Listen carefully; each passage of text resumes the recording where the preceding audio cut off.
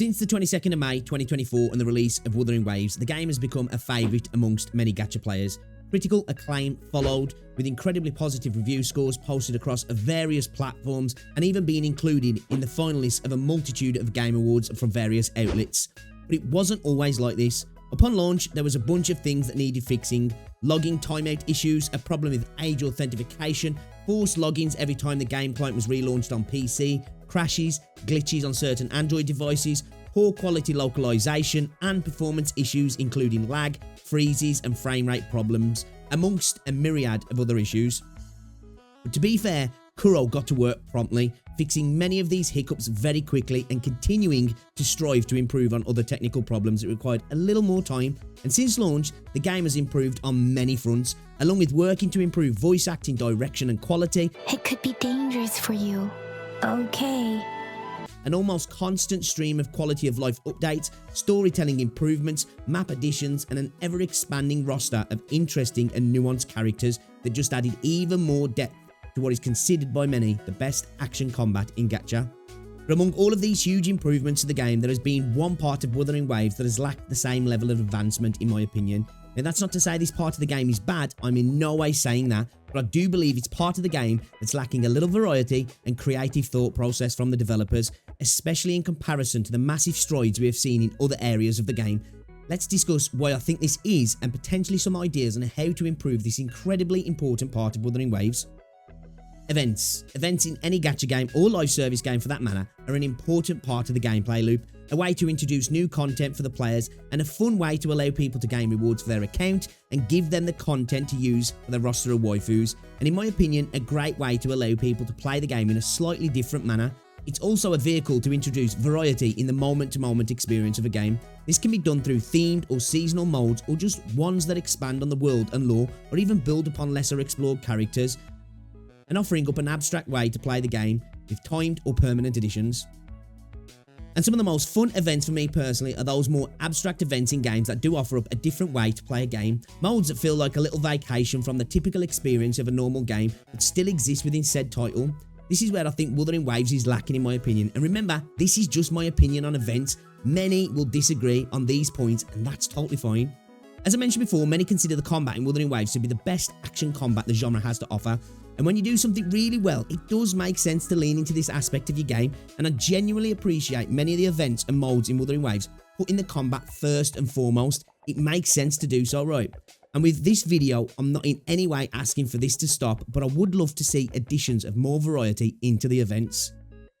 For the most part now, in Wuthering Waves, events typically revolve around entering an instance and battling tacit discords in some similar format, whether it's the addition of status effects or buffs introduced into the fights, or the inclusion of echoes used in a slightly different way than usual to primarily, again, add buffs to the characters, either passively or actively, with additions of some of this happening in co-op or fights revolving around defensive positions, etc. Many of these events tend to feel somewhat samey, but let me just add to this also, many of the events over the period of Wuthering Waves' lifespan have been incredibly fun, including, but not limited to, the Infinite Battle Simulation, the Depths of Elusive Realm, although Colours Have No Form co-op event which I actually enjoy playing solo, and the Somnium Labyrinth, which in my opinion has some real potential to be an incredible mode if built upon regularly, and even used as a continued testbed for new mechanics in the future. This is just to name a few. But all that being said, I do find myself wanting something more light-hearted, something more relaxing, something different. A way to play the game that feels outside of the typical gameplay loop, a different way to use our resonators and their abilities. A massive thing that I believe has gone to waste in Wuthering Waves is the parallel perception mode, the side-scrolling minigame that we were privy to early on in the game, and in my opinion, a great little event that has never really been expanded upon, apart from in 1.3 and the Black Shores where it was implemented to some degree in scaling the towers there. I feel if added to, it could really bring in a fun new way to enjoy Wuthering Waves with added mechanics and elements in the future. Hell, it could even be expanded upon using the chibi art that we have seen for characters. Imagine a Mario-style platforming event added to the game with various levels using the chibi art assets with a Mario paper graphical style. Talking about the chibi art assets, what if we had some kind of turn-based battle mode minigame where teams of resonators could be built up to fight exiles, Fraxidus, and tacit discords, or even other resonators in a cute little fight to the death?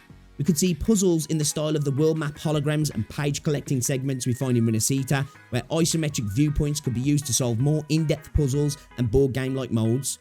More use of the flight mechanic in events for races, time trials, or even racing against other people in times, or potentially actually other people.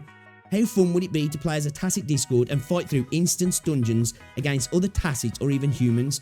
A Tacit Battle Arena mode in the vein of Pokemon, where Tacits could be leveled up and used to fight through ever increasingly difficult battles, where the need to build up the roster of Tacit Discords was key with a simple elemental system like Pokemon.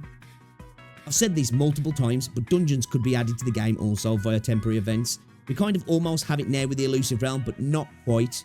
What about events dotted around the map like how the Forgeries are? There are combat terror modes, each made up of 10 levels that need to be cleared in a roguelike mode. You die, you start again from the bottom, with active resets happening with each patch, along with different mobs and enemy rotations being added each time. This is something that could have a difficulty sliders for the more adventurous, and also be done in co-op.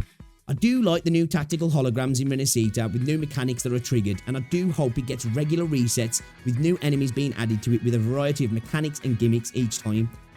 I think there's so much scope for Wuthering Waves to improve on its instant events, and these ideas might be terrible, but in my opinion the game would greatly benefit from other ways to play and earn rewards, and in more ways to interact with other players, and the game itself is just a plus, right? Now, I know a lot of players will hate these ideas and only want combat type events, which is fine, and I do enjoy a lot of the events, but for those that would like to see Kuro tackle events in a different way, what would you like to see them do? Let me know down below, I would love to hear it.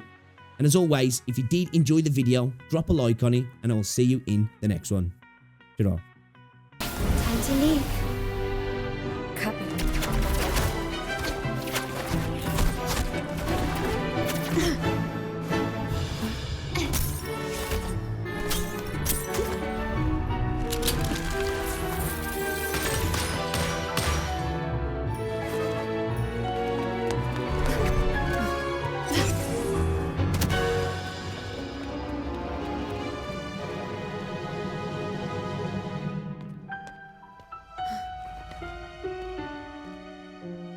Fall for me, will you?